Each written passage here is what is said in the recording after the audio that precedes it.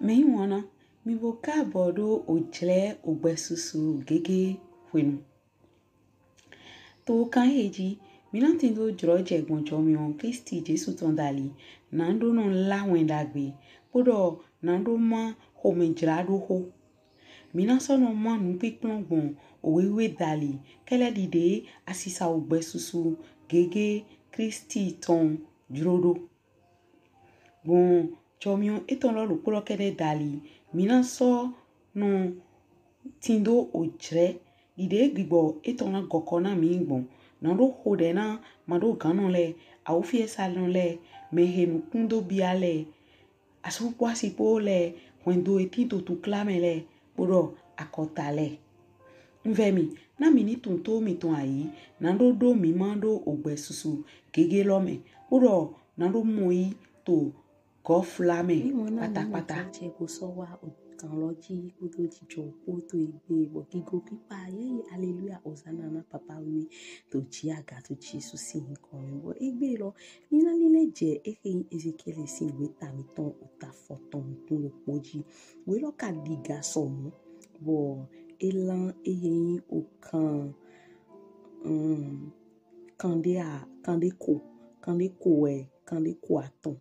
kande ko aton fokun kande ko aton bon wa yi mendo ehin apa mendo apa awiji bo apa titan lo eran bele son ehin ota titan kaka je ota pankun ene ehin adole ohu oklun ton so vo bewa domo visun gbetoton Jerusalem nando nyon osunu etonle bodomo lewe okluno jiwe we dohanji Jerusalem ojo tentue po ajitentue po we son ayigba kan kananin le tonme amolinu le we ototue podo onotue we itin de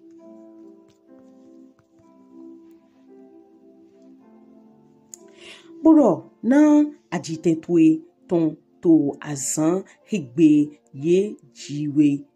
ye ma gbo ahon towe mo ye ma so launa ye to osime nando le wewe gba ye ma doje ye de pepe gba kavi gbajana de pepe gba nkun de mambla wunawe nando wason ehele de pepe me hlanwe nando tindo le blanutwe oji we gba ayigba yezewe ye dran bonudo odanji nando ye gbewana agbasatwe azan heme ye ji hiete poro wenuina nye jugbon talitwe bomowe to hiho patapata towe ohun towe me nyendo hanwe do yi hiete tin to ohume gan moe nyendo hlanwe kan moe nyendo hlanwe hiete tin to ohun tuwe me gan nyihewe zun soha daho gegede dedi sedidio kanjiton Rieso sudeji boklo pevi rieso je o so danu le tonkon ye mli anotoe le ye so oda twewu kansho ye rie jeme boso gbogbe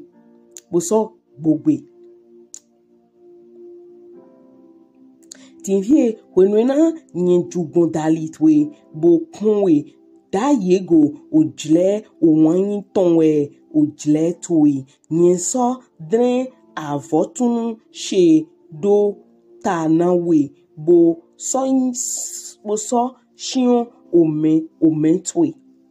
mon we nyen nle han ye bo so bio alenu deme yi po yepo we okruno shiwe we do ye so lezun she wenenwe nye yi osin do lewewe mowe nye klo ohun twese son ogowe mlemle nye bo so yi amisisa do sa minawe nye so yi azon nyan vi nono do nyen so yi azon nyen vi nono do sinye do shion na avon na we ba bo so yi okloyu do du na fokpa towe nyen so yi ala dagbe de ba na we bo so yi o seda de shinwe nyen so yi oso donu je do va wega nyen bo so yi alo gan le de alo twe leji po ogede de po do okoto ego nyen so yi aloke de do àwọn tí tó eji aloke de do àwọn tí tó eji po to menu le po do oto twe mele po uchegbakun on penu de po utato eji lewe ye yi sika po fataka po do va we do bo ovadido twe tin son ala dagbe me po oseda po azon nyan vi no po rieto olifin dagbe du bo po ohun po ami po yebo so yin won penu tlala yebo so doale je oha aholutonme lini twe bo so je gbonu yi akota le shinshin na won petwe na eyin pipe bon kigo daho he ni do oji he nye hendo oji we okruno shiwe we do shigba he do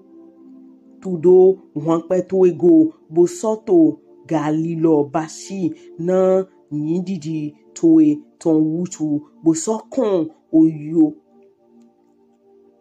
sokon ayodide toele jegbonu do omehe tujeyi le pogo eton eyin ye bo so yin son awubo toele me bo basi oten ayiga oten yaga le na owe heye yin o we kan nkonko le dova bosoto galilo basi to yeji onuele nkonko mo na so wa mo e ma so mo na yin yin nzizan won penu toe lega son sika sheme podo son fataka sheme ko na we me bo so basi bo shiole na we bo so to galilo basi poyepo yeso yi awubo nyevino toe le do shion ye bo so ze ami she po nu nye wan she po do yenu kon akla shega ye na ye olifin she pa olifin dagbe po ami po orin po he nye do to yini ye do rieze do ye nkon na nye wan vivi de podo le we ete we okruno shiwe we do humo ye ko ni visun toile po vinyon toile po mehe ye ko henwa je de le podo ehele we rie do sanfo ran ye nando yi dudu bo ayodide twe leyin ohwe ho pevi de do rieko ovi shele bo so joye do ye gbon mion ta che ye deme bodo to usunu toe le popo ayodide toe le po me ye mako flin azan ofu toe ton le gba winwina ye yin o menopo o gbogbe po bo soto patapata ho to ohun toe me ye so wa nando jo to kanyan kan toele pogodo titon han wewe okruno shiwe we do bo ye kodo abode to aigbaglo han ye boko so basi oten ze yaga de nawe to aliho bo le pome ye ko do oten ze yaga to a ota aliho to ele poji boko so wan peto ezun o sunu de boko so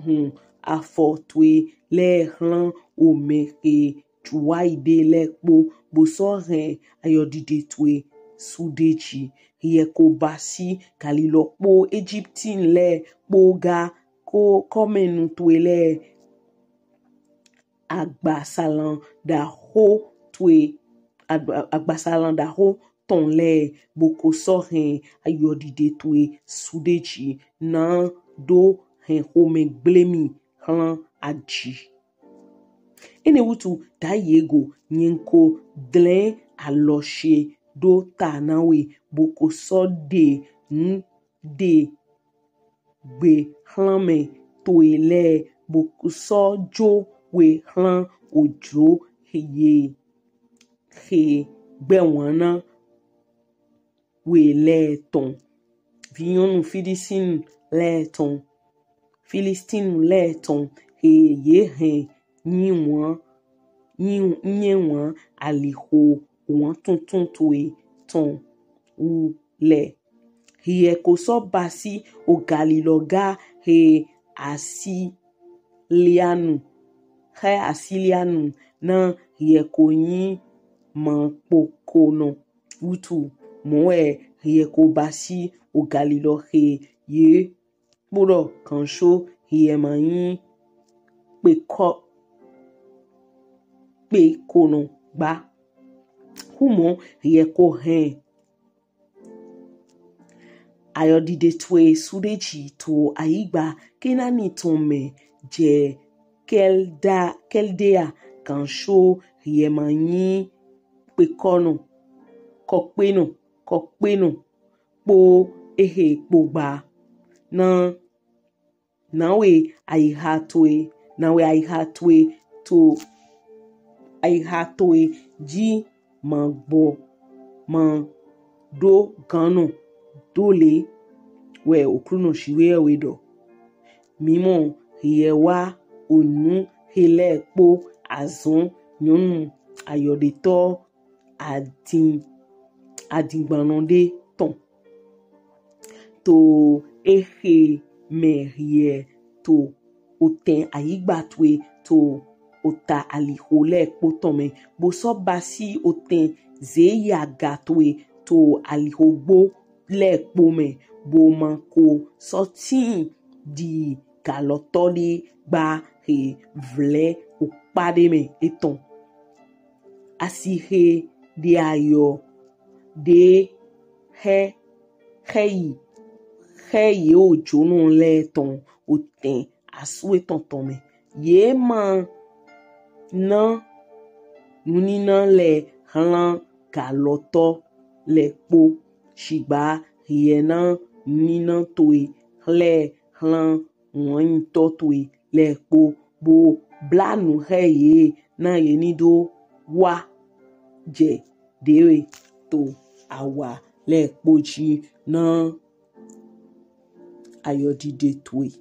bodo ole je lo tin to hieme son nyonu devole me to ayodide to eleme le to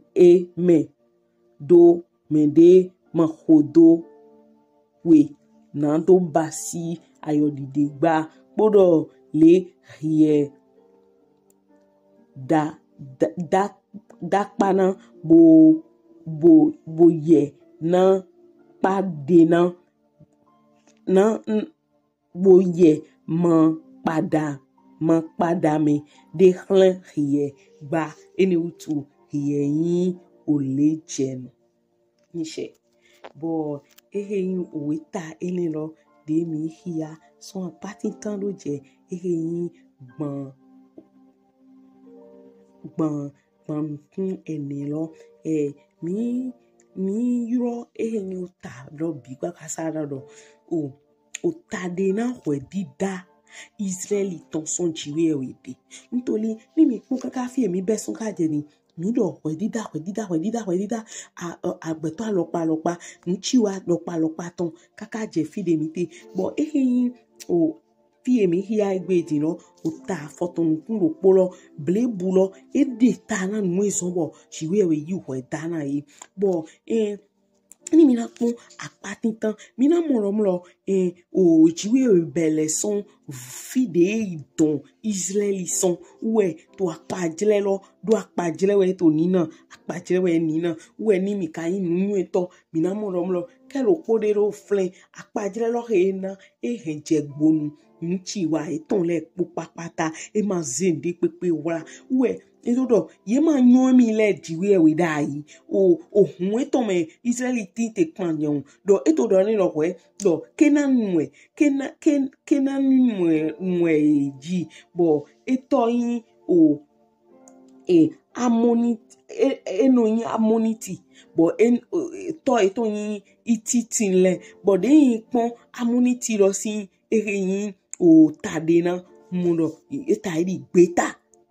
sun kamele sun gbome abi o soya gatentin le menu finile e ma ino mi do yezu tonun le bina mundo yele munu cheto klade bi munu kokande na na ro yun ni nde go ipe we no ba ito le ponu bo edo ye no yin o ititin le bo ipon ititin lo wa mundo mede o awuko bla mede ye ko bla podo bi bla de ponyina kan po e ma de aludo bo na pon bo wa mundo Israeli makayin unde pepe da ine bo chiwe we yin wan ni kakakaka bo di mo somo po de wa do ba idone po den to fini no to hiya nwa mo lo nu e makoma ha mi ule lo sune tu to mi ule lo sume to jile mi ton to pon dagbe si jile mi wen do le tin di egbe ni apon ina do na we do han to wo mi to le yi se no yin yebe yin catholic igbe yin protestant me to wo ni apon wen do ni han azegbe poto nu hu to flen o nyan konko gbe po nu hu ye gbe poto o ami dona vodunde to nglo bon wa mo no lo polo je me pomo ti wi we je lan wa le blana igba po gbeto e dapo bona mo solution bona mo tade na ro hun le mi son bada yin kan le si bo ni mi do pon bi belo ma ndo gba do son o holo me ma ndo yi nkan son holo me mi na mo o Israeli wa kwa to Israel to jiwe we si nu consomme kakabo we nu de edimo podo ai haiton le popo bo de son to klaiton le me boni mina pon de eyi ba igbon to pipe me mi o we kia boko kia ekeyin o weta he rodo o we dato le ton abi clonica ni mi no kia we mina mo to finele de jiwe e hokan Israeli ton bo narikon David narikon we dato le bo ye fun àwọn de ji kakabodu shiba ewa jejlede bo ile ko so jiwe godo ewa jejlede bo nu ekloye na vasudo nodo duje mi na duto eji bo nwa idido na do ni ena deta na fi Israeli ko bele son to fi de jiwe ko di monte nwa mo do dido na to le do hun kan eyin okwe Forton do nous pointon et là forton do nous pointon ji do titi Israéliton quand tu as ton po jiwe opo o gan forton okwe forton do nous point attendu et là forton nous pointon ji bo ye ule ye mayon jiwe we da idele bo jiwe we do dinye mo kaka bo dinye mo bo na ye kigo bo apa awe tolo to eyin apa titan o Ezekieli o ta foton kuno potology apa awe tolo nroro ki gome ton bibi oto bo mina moro ki gome ne bibi oto e wa de aholu David na to kwenenu bo de aholu David na aholu David ya wa bo yifun na mu koton kaka bo yede yeweno he na kokona beji sonlene to aholu David si wenu kakabo e bai kakabo e wadoro mi juan gba ko ho na jiwe but ye adore do ehio ohun support alonawi amakan gba ko ho che ofito e na gba bo e wa yin ofie ne to heji podo ba che ba po we wa yin o gigolo do sanato pata toli prometore abi me irundo na mi no Salomon yi ovia weto David ji podo bache bapo eheo ovie neto ni mi bio chronica me minato yi de chronica tinta chronica weto minamo mando talo na mi njro mi lo suni bato na npere na ro yi nde aho na ro mo nde yi son fine son jiwe we de logo bo ofiene to ene lo we wa yi eyin ohun lo gba gbogbo e flelele da yi bo ndi pepe ma pe to bo do to Solomon si jileme akwe kun tairi ku tayin ke bo ni mi pon mi na mo lo gigo ene o de Christ o kun to no mo nu epodo gigo adokun de mi na nepo me de pepe wo godo ma so gando ngbo e bo ni mi ka to akun to gigone me adokun fly kakabo ahosi no ton son saba e wa din dona ntu ede bo kan ho teme bi de ka soja renu supo ane bo we romlo de le koje nu yi to Solomon si esun kan nu wa bo nwa ipon yin ohota o ahosi saba ton lodo iro han you we think to dewe le buto asunwa buto o dewe utada gbe no de trala we yin nítorí to dewe ira to hoto ese muna soto nwe de chiwe we na we yisan bo de nria apa ene lo mina moto o we ma chronica we to o ta eton chanwe afo eton o ko ewe aton na mo to eme we de ya pa ene lo won do ha nu yoyo de man tin to we glo lepo e ko tin wa mo kerewe ni mi wule lo su mi no to kogo na mo boto chiwe we si o bra megbon na ro dimo na ro ni wana no zo mi to na ro o sendu aye ton leche mi na do nu esin supo yi do godeji bo ni mi pon to apape bi awe to ene lo di mi na mo ye ma no te to gigo lo me do de jero ntoli otukla wa be ete ka so hen tukla lo wa Solomoni eyan holu eduna toju gigo ene lo e ma toju de jero edo asi o forton fovo chanwe forton to mu chanwe bo ado asi ede ro awo asi le na yo asisi forton vovo mu kwanton bo ni epon nu akami ere ro be ka te mo jro jre bo no podo lo poropo iton le po man diwa edido kan pe iton po nu ehin wa le po we zunmo eyi ero flen bo ayi ero titoju po adokun re edopo we mi wule lo suga to ise megbe amudo isi onde le iranze re kwa kwero bo na ze kon yin na eyin o hanle podo afunpo we ka ro mo nu yin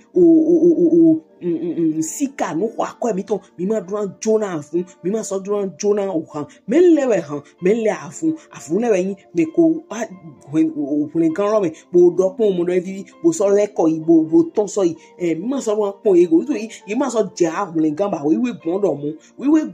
ohan we me ko me he launa be so leko bo bi o baba me we e wa yi mi nwe na mdo e ma ino mo mi tito yi se me we so mo mi na do o yi se no hale pupo atato akume eheo so de ato akume so ni akume wa kuno oho kuno to e ma to ti ton kun to gbezan to ide jero am ma chapo do memo ko poblo ma chapo poblo ntoli oho lo me file de ehin aholu Solomoni edu chapo nyun jon lepo mi mo fi ehin Israeli ton son ki go eton me ehin Israeli hin gigo lobu but chiwewe e wa do finfin to apajile na Ezekiel me na lo hin je gbonu nu chiwa eton le bo edoria ayodide lole edoria ohun sinsin lole edoria de ezefi eton le no zegbon mi o mero bo akana diro ha mi le maka ene ba to jire mi to menire wa ma dona we na yi meji tori bo ando dido na fidiro nu he mi le jowu je na basi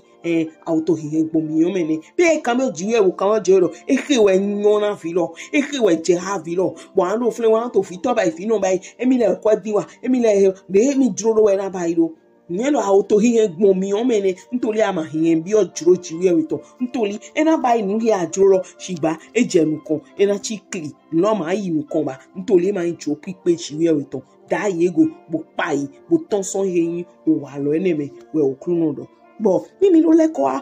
we mi ton mi na mo apa ton toro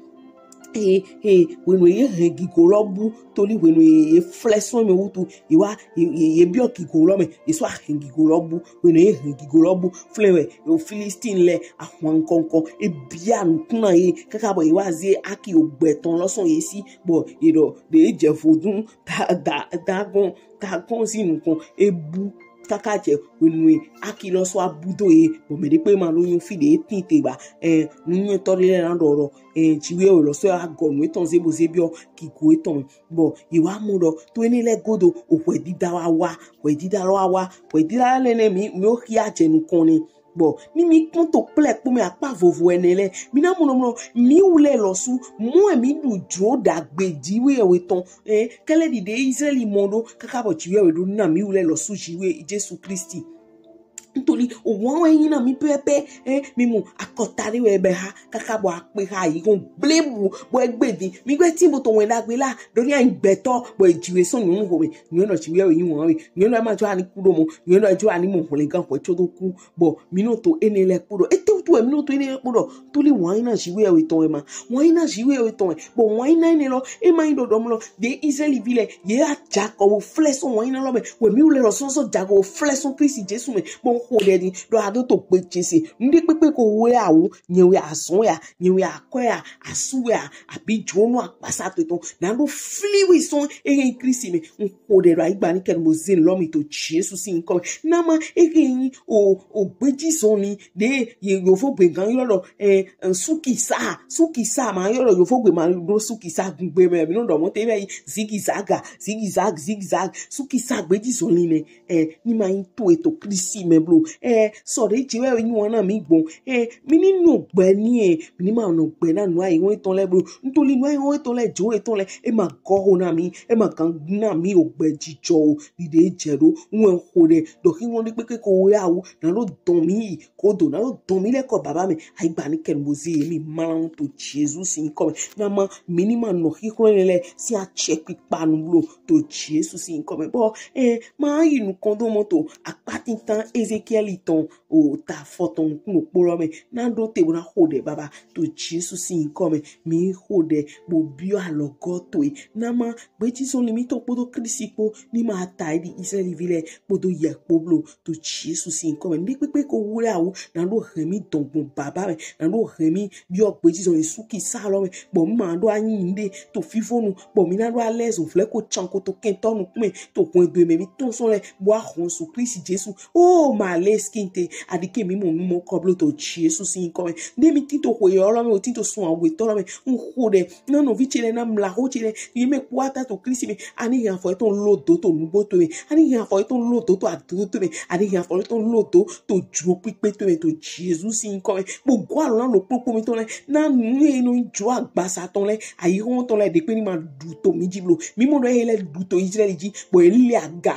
bo aljo ina kento ro me gbele to wa bo ada edo ali kota pa shata ba ami azando lo shikepo mi khode baba to Jesus in come adike imona mi blo oh mi do yeme to ji mi to bibi o jero sin kodo mi khode do ani na mi do propo mi to la jero ye na mi ni sigando hon la do yeme to pipe kwato to me to jele po me e shero mo baba to Jesus sin ni come we khode rote ni she bo akabe awa segbeje abi an segbeje bo eyin do mo amomo hunle gan amomo Christ Jesus mano mo kublo jiwe we ma soto alenu ho lo me bane alenu yo lo me tedin bo an bio alenu yo lo me pepo aduna yi hulen gan to taji na gbeto ni pepe ji so yonu si ho me we training do ku mamo o we dida to te po mo nko bo menu si nganu so we dida jiwe to we ho de na we do hulen gan ni diwe mo bo tero go bo chapo do epo na ni si ngando jiwe we si vi na we nu ana ku tu amanso iwe dida kwenu jireme ba adavo anayi ofie ina sugwe na wete na no singando nawe ale ason dagbe ton le mi wana no teromo ma so inu kongan mo mi ndo doche bo ndo do Christ Jesus ton he me da ho mi ton were vonu to jireme ton pe so ke o me era bo